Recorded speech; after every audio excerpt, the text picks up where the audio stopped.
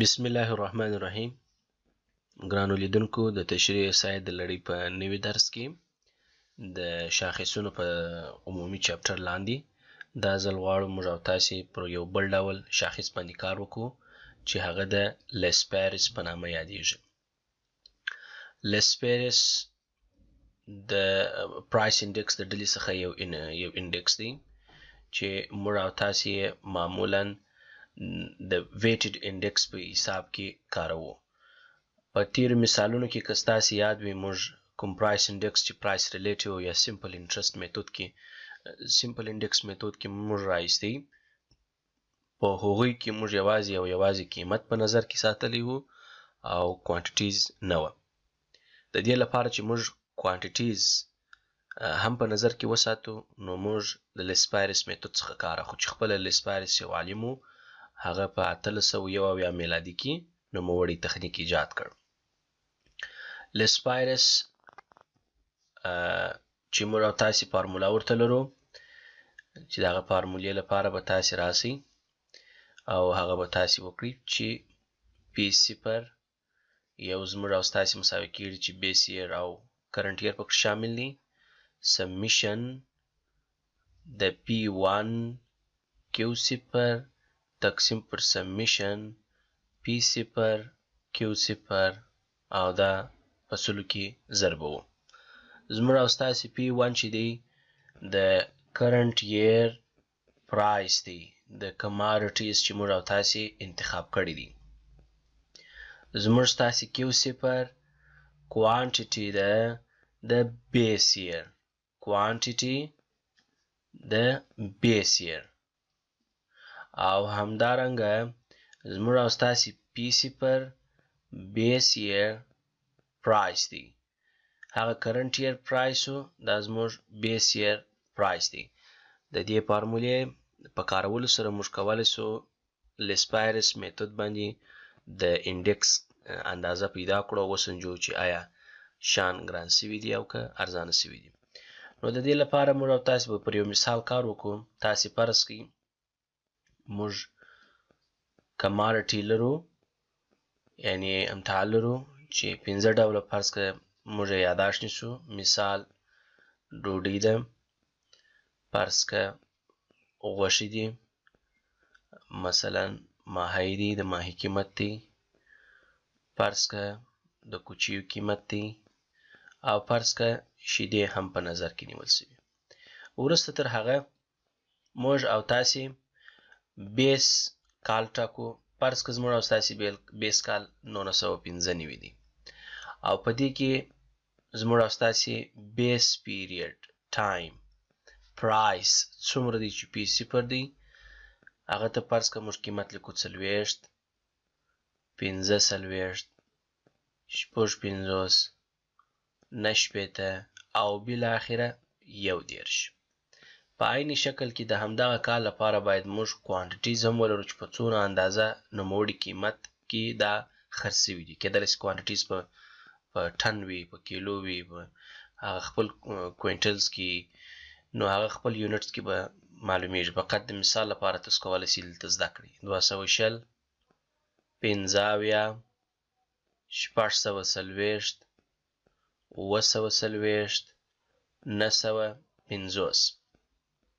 عیني شکل کې فرض کړه موږ او تاسې یو بل کرنټ ییر ورسره نیسو، فرض کړه 1996، او په دې ځای کې مثلا موږ بیا دا ځل پی 1 لرو او کیو 1 لرو. پی 1 مثلا په دې ځای کې قیمتونه چې کله په سږ کال کې یا په کرنټ پیریډ کې محاسبه سوي راایستل سوي دي په لاندې ترتیب سره دي 80 50 او بالاخره 240.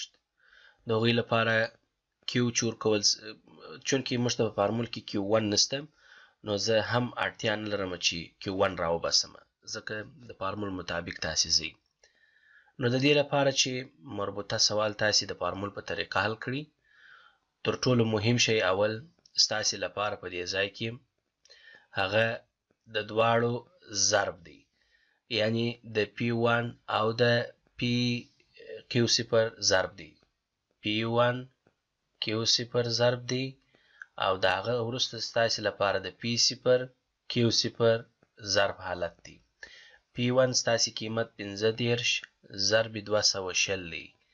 کله چې 15 ضرب 220 سي نو تاسې ته به ځواب په دې ځای کې راوځي 0.00 او 18 ضرب 15 که چیرې تاسې ضرب کړئ ستاسې لپاره به ځواب راوځي 2800 او په دغه ترتیب سره تر پایه پورې تاسې دا قیمتونه چونکې ما راایستلي دي تاسې په خپل ماشین کې د بیا ریکټیفیکیشن لپاره کولی سي راوباسئ.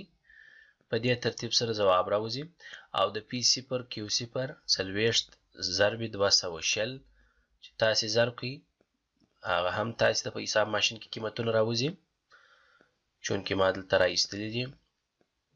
زه به فقط تاسې ته ولیکم او د بیا تصدیق لپاره تاسو کولی سئ په خپله کتابچه کې د ماشین له لارې یو ځل بیا دوباره محاسبه کړئ او بالاخره آخري قیمت چې ورچو 90.450.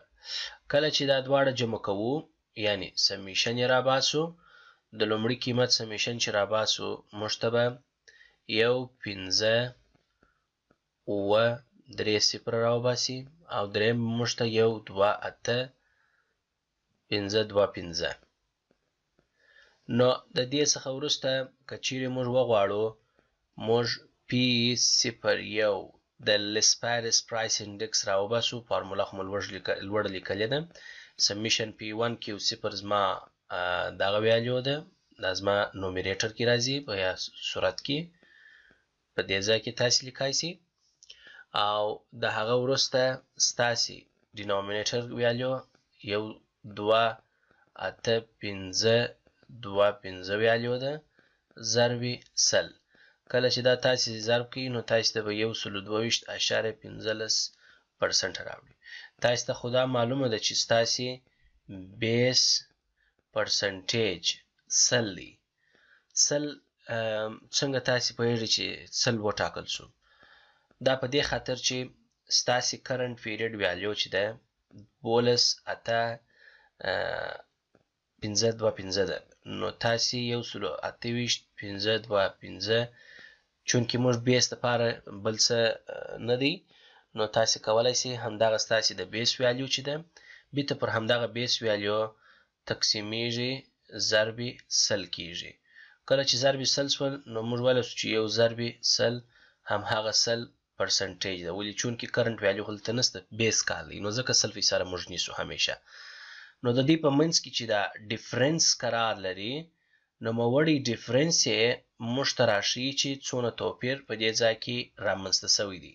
نو موږ ویلی سو چې د 122.15 منفي 100 په منځ کې توپیر 22.15% مثبت دی. موږ ویلی سو چې زموږ او ستاسو په قیمتونو کې انفلیشن یا تورم یا انفلاسیون رامنځته شوی دی قیمتونه د شیانو لوړ شوي دي او ارزښت یې د لاسه ورکړی دی. نو په دې ترتیب سره موږ کولی سو انفلیشن هم راوباسو هغه بعدا نورې فارمولې دي چې په اقتصادي مضامینو پورې لکه ماکرو پورې تعلق لري دلته فقط او فقط تاسې تحلیل کولی سئ چې زموږ په ارقامو کې انفلیشن محسوس شوی دی او قیمتونه لوړ شوي دي شیان ګران شوي دي. په دې طریقه تاسې کولی سئ Laspyres راوباسئ.